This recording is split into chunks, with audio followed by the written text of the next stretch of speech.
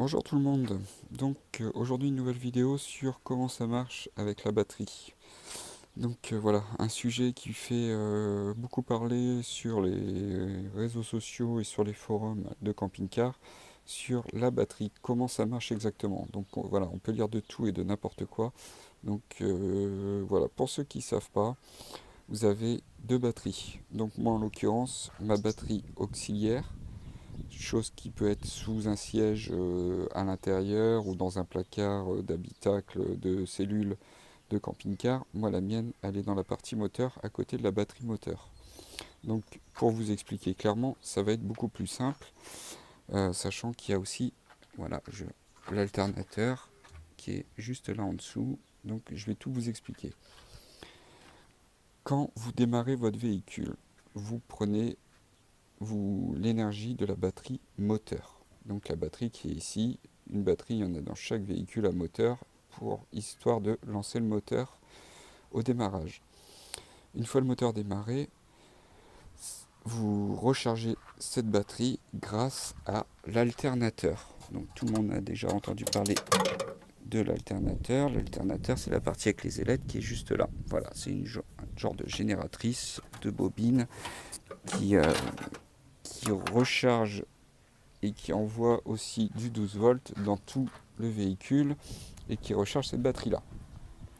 Ensuite de cette batterie-là, nous, on a besoin de remplir cette batterie-là, qui est une batterie auxiliaire. Voilà, donc vous voyez que c'est une batterie à décharge lente spéciale pour marine et caravane qui fait 90 ampères en 12 volts. Et donc pour la recharger, cette batterie, nous, on va reprendre l'énergie de l'alternateur quand le moteur est démarré. Donc quand le moteur est démarré, il y a du 12 volts qui est envoyé ici, mais aussi sur celle-ci, en passant par ce qu'on appelle un coupleur séparateur. Ce qui fait que vous pouvez allumer de la lumière à l'intérieur, vous ne prendrez que l'énergie de celle-ci, et vous n'allez pas prendre l'énergie de cette batterie-là, puisque ce petit boîtier va envoyer du courant à celle-ci, mais ne le renvoie pas à celle-ci. Voilà.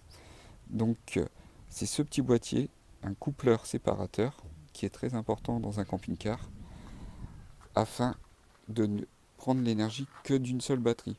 Donc cette batterie, elle peut être rechargée par l'alternateur quand on roule, ou par un panneau solaire. Donc nous, on n'a que l'alternateur. Voilà, on a passé toutes les lumières à l'intérieur en LED. On a une télé en LED, mais toute l'énergie qu'on prend, elle est prise que sur cette batterie-là, grâce quand le moteur tourne. Quand on roule, on recharge cette batterie-là, et ce qui nous permet, nous, d'être au moins 3 à 4 jours sans redémarrer le moteur pour recharger cette batterie-là. Et donc comme on reste jamais au même endroit, c'est-à-dire pour l'instant, on n'a vraiment pas besoin de panneaux solaires. Dans le futur, il y en aura un pour alimenter, recharger au mieux tous nos accessoires 12 volts. Actuellement, je suis obligé d'avoir des petits panneaux solaires pour recharger une petite batterie que j'ai, qui est juste ici. Voilà, une petite batterie donc de moto qui est au gel, donc ce qui me permet qu'elle soit, elle peut être renversée, c'est pas bien grave. Donc voilà, c'est une petite installation annexe que je fais, mais au moins je ne prends pas l'énergie de ma batterie, qui celle-ci sert vraiment pour l'éclairage, pour la télé, si voilà, si les filles regardent la télé, et puis aussi des fois pour recharger un portable au 12 volts si mon système de batterie moto est vide ou est en train de recharger au soleil. Donc voilà pour cette vidéo, j'espère qu'elle vous aura instruit un minimum. Et voilà, n'hésitez pas, si vous avez des questions dans la description de la vidéo, juste en dessous, vous pouvez en commentaire mettre si vous avez des demandes ou si vous voyez des choses à rajouter dans la vidéo, parce que voilà, je préfère expliquer que les bases simples, ne pas rentrer dans le trop compliqué, mais voilà en gros comment ça marche les batteries de camping-car. Donc c'est pareil aussi, si vous avez deux batteries auxiliaires, donc ça c'est vraiment, voilà, on rentre dans la partie technique. Si vous avez deux batteries auxiliaires, donc l'arrivée du plus sera sur le plus de celle-ci, qui rejoindra après le plus de l'autre batterie, et le moins arrivera sur cette batterie-là, sur l'autre batterie. Donc vous avez votre deuxième batterie qui est là, vous avez le moins qui est là, et là vous reliez à la caisse le moins, et l'autre vous reliez là, et pas le moins à la caisse là, et le plus qui arrive. Voilà. Ça rentre d'un côté et ça ressort de l'autre batterie si vous voulez. Donc le courant arrive ici et la masse sur l'autre batterie. Et si vous avez la troisième batterie, et ben ce sera toujours la troisième batterie qui sera la masse par exemple. Ou sinon le plus qui arrive à la troisième batterie et à la dernière batterie la masse qui repart à la masse. Voilà, c'est jamais la première batterie qui est reliée aux deux. Donc si je me fais comprendre, le plus au plus et la masse à la masse sur la première batterie et les autres branchés, donc plus, plus, moins, moins, là ça va pas. Je vais essayer de faire un schéma pour bien vous faire comprendre afin que ce soit clair parce que je sais qu'il y a énormément de vidéos là-dessus, d'erreurs et aussi beaucoup de questions là-dessus et de nombreuses erreurs. Donc je vais vous schématiser tout ça. Donc nous voici devant le schéma. Donc ici vous avez votre panneau solaire, ici votre alternateur, donc ce qui produit de l'énergie quand votre moteur est en marche, votre batterie moteur et vos batteries cellules. Là j'en ai mis 3. Donc on va faire quand le moteur tourne. Donc quand le moteur tourne, l'alternateur produit du courant. Donc il recharge en priorité la batterie moteur.